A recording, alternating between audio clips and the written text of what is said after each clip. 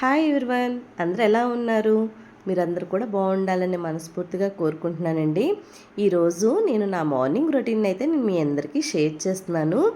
నిన్న నైటే నేను కిచెన్ అంతా కూడా క్లీన్ చేసేసుకున్నానండి. ఎవ్రీడే కూడా నా రొటీన్ అనేది ఇలాగే ఉంటుంది. నైటే నేను కిచెన్ అంతా కూడా క్లీన్ చేసేసుకుంటాను. స్టవ్ అంతా కూడా క్లీన్ చేసేసుకొని పెట్టేసేసుకుంటానన్నమాట. ఎందుకంటే మార్నింగ్ లేవగానే మనకి వంట చేయాలి అంటే కిచెన్లోకి వెళ్తే కిచెన్లో పనులన్నీ ఎక్కడ పడితే అట్లా ఉంటే కనుక మనకి పీస్ఫుల్ అనిపించదు, వంట కూడా చేయలేం కదా. అందుకని చెప్పి నైటే నేను మొత్తం కిచెన్ అంతా కూడా క్లీన్ చేసేసుకుంటానన్నమాట. చేసేసుకున్న తర్వాత ఇంక మార్నింగ్ లేచిన తర్వాత ఒక్కసారి స్టవ్ని అయితే తుడుచుకుంటానండి. అలా మనం నైటే క్లీన్ చేసినా కూడా ఒకసారి స్టవ్ అయితే మనం తుడిచి అప్పుడు వంట అనేది స్టార్ట్ చేసుకోవాలి. చూసారు కదా, ఈ విధంగా కిచెన్లో అయితే రైస్ అయితే పెట్టేసుకున్నాను. మొత్తం అంతా కూడా క్లీన్ చేశాను. గిన్నెలు అయితే మేడ్ వస్తుంది, అందుకని చెప్పి షింక్లో అయితే పెట్టానండి. ఇంకా తర్వాత హాట్ వాటర్ తాగుదాం కదా అని చెప్పేసి వాటర్ అయితే పెట్టుకుంటున్నాను. ఒక్కొక్క రోజు జీరా వాటర్ తాగుతాను, ఒక రోజు లెమన్ వాటర్ తాగుతాను. అలా నా మూడుని బట్టి నేను బిహేవ్ చేస్తూ ఉంటానన్నమాట. ఇంకా రైస్ పెట్టేశాను బాక్స్ కోసం. అలాగే ఇప్పుడైతే చట్నీ కోసం పల్లీలు అయితే వేపుతున్నాను. ఈరోజు దోశలు అయితే వేద్దాం అనుకుంటున్నానండి. దానికోసం చట్నీ అయితే ప్రిపేర్ చేస్తున్నాను. ఇంకా పల్లీలు కూడా వేగిపోయినాయి. తర్వాత పచ్చిమిర్చి టమాటో అయితే ఆయిల్లో కొంచెం ఫ్రై చేస్తున్నాను. ఇంకా తర్వాత ఈరోజు నేను బాబు లంచ్ కోసం అయితే టమాటో రైస్ అయితే ప్రిపేర్ చేస్తున్నానండి.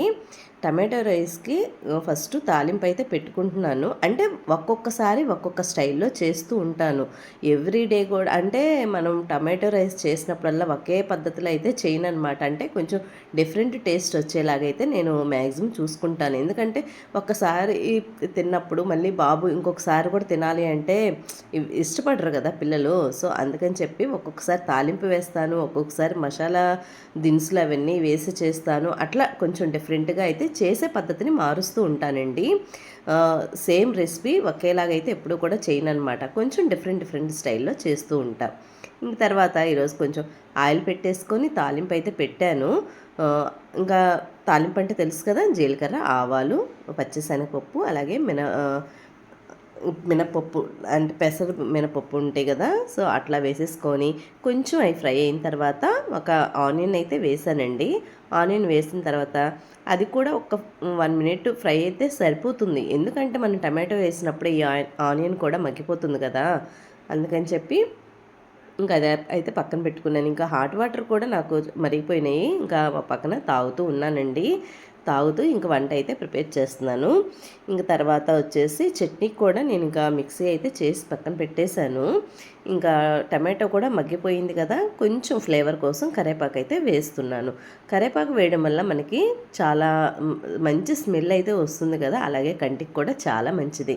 పిల్లలు ఇప్పుడు ఎక్కువగా కొంచెం చదువుల మీద పడిపోయి స్ట్రెస్గా ఉంటారు. అలాగే కొంచెం సిస్టమ్ చూడటం కానీ లేకపోతే సెల్ చూడటం కానీ అలా ఉంటారు కదా. అలాంటప్పుడు కొంచెం మన కరివేపాకు అనేది కొద్దిగా ఎక్కువగానే వేస్తే కొంచెం వాళ్ళకి కూడా మంచిది కదా. అలా అయితే నేను వేస్తూ ఉంటానన్నమాట. ఇంకా తర్వాత ఇప్పుడు కరివేపాకు అయితే కూడా మగ్గిపోయింది. కొంచెం సాల్ట్ అయితే వేస్తున్నాను. మరీ బాగా డీప్ ఫ్రైలా కాకుండా కొంచెం వేసుకుంటే మగ్గేటట్టుగా సరిపోతుంది. ఆయిల్ అనేది కొంచెం తక్కువగానే వేసుకోవాలండి. ఎప్పుడైనా సరే మనం ఫ్రైడ్ రైస్ అలా చేసుకుంటున్నప్పుడు మాత్రం కొంచెం ఆయిల్ అనేది తక్కువగానే ఉండాలి. ఇంకా సాల్ట్ కూడా వేసేసిన తర్వాత సాల్ట్ కూడా సాల్ట్ కొద్దిగా పసుపు వేసేసుకొని ఒకసారి మొత్తం అంతా కూడా బాగా కలిపి పెట్టుకోవాలండి. ఒకసారి ఇలాగ కలుపుకుంటే మనకి ఆ పసుపు సాల్ట్ అనేది పడుతుంది కదా. ఇప్పుడు కారం పిల్లలు ఎంత తినగలుగుతారో అంత కారం అనేది యాడ్ చేసుకోవాలి. మాది కారం ఎక్కువగా లేదు కాబట్టి పట్టించిన కారం అండి, ఎండుమిర్చిని తీసుకొని పట్టిస్తానమాట. అలా పట్టించిన కారం కాబట్టి కొద్దిగా ఎక్కువ కారం లేదు. సో అందుకని చెప్పి నేను కొంచెం అయితే వేసాను. కారం వేసిన తర్వాత కొంచెం ధనియా పౌడర్ అయితే వేసుకొని ఒకసారి మొత్తం అంతా కూడా బాగా కలుపుకోవాలి. దీంట్లో కొంచెం మీరు బిర్యానీ మసాలా పౌడర్ కానీ లేకపోతే గరం మసాలా పౌడర్ కానీ వేసుకున్నా కూడా పిల్లలు చాలా ఇష్టంగా తింటారు. అండ్ ఆ ఫ్లేవర్ అనేది రైస్కి పడుతుంది కదా, అప్పుడు చాలా బాగుంటుందన్నమాట. ఇంకా రైస్ అయితే వేసేసి ఒక్కసారి మొత్తం అంతా కూడా కలిపేస్తున్నాను అనమాట. ఇలా మొత్తం కూడా కొంచెం మంట అనేది కొద్దిగా ఎక్కువ పెట్టుకొని మనం ఫ్రై చేసుకోవాలి. ఈ కర్రీ అంతా కూడా ఆ రైస్కి పట్టాలి కదా. అందుకని చెప్పి ఇట్లాగైతే మొత్తం అన్నీ కూడా వేసేస్తున్నాను. కొంచెం మసాలా పౌడర్లు వేసుకొని కొత్తిమీర, పుదీనా కొద్దిగా వేసుకుంటే కనుక ఫ్లేవర్ అనేది చాలా బాగుంటుంది రైస్కి. లంచ్ బాక్స్ అనగానే మనకి హడావిడి పడిపోతూ ఉంటాం కదా. కానీ ఒక్క అడుగు ముందు లేస్తే మాత్రం మన పనులన్నీ కూడా చకచక అయిపోతాయి. ఇంకా రైస్ కూడా కలిపేసేసి పక్కన మీద పెట్టేశాను. ఇప్పుడు దోశలు అయితే వేస్తున్నానండి. ఇంకా దోశలు కూడా ఆల్మోస్ట్ అయిపోయిందనమాట. దోశలు వేసేస్తున్నాను.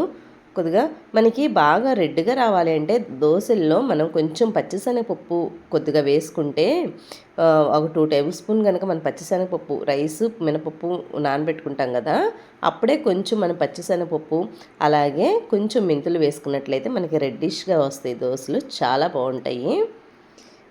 మనం మళ్ళీ కొంతమంది అంటూ ఉంటారు, దోశలు వేసినప్పుడు మాకు మెత్తగా వస్తున్నాయండి అంటారు. అలా మెత్తగా అంటే మనం కొద్దిగా కాలింది అన్నాక ఆయిల్ వేసుకుంటే కనుక మనకి దోశలు అనేది చాలా క్రిస్పీగా వస్తాయి. అదే ఇట్లా మార్నింగ్ రొటీన్ అయితే జరిగింది. ఇది వచ్చేసి హోలీ రోజు అండి. ఫ్రెండ్స్ అందరం కూడా హోలీకి చక్కగా ఆడుకున్నాం అనమాట. సరదాగా ప్లానింగ్ అంటూ ఏమీ లేదు, అప్పటికప్పుడు అనుకొని గ్యాదర్ అయిపోయి ఇట్లాగా హోలీకి అయితే మొత్తం అన్నీ కూడా చేసుకొని అందరం కూడా గ్యాదర్ అయ్యాము. అప్పటికప్పుడు కలర్స్ తెచ్చుకొని, కానీ చాలా ఫన్గా చాలా సరదాగా బాగా ఎంజాయ్ చేసాము. చూసారు కదా, ఈ విధంగా చక్కగా అందరం కూడా వచ్చామండి. వచ్చి సరదాగా అయితే మేము హోలీ అయితే ఆడామన్నమాట. ఇలా చక్కగా మేమైతే బాగా ఎంజాయ్ చేసామండి. ఈ వీడియో కనుక మీకు నచ్చినట్లయితే తప్పకుండా మన ఛానల్ని సబ్స్క్రైబ్ చేసుకోండి, అలాగే సపోర్ట్ చేయండి. వాయిస్ ఏంటి ఇలా ఉందనుకుంటున్నారా, కొంచెం కోల్డ్ అయితే చేసిందండి. ఇంకా ఇది ఫ్రెండ్స్ ఈరోజు వీడియో. తప్పకుండా మన ఛానల్ని సబ్స్క్రైబ్ చేసుకోండి, లైక్ చేయండి, షేర్ చేయండి.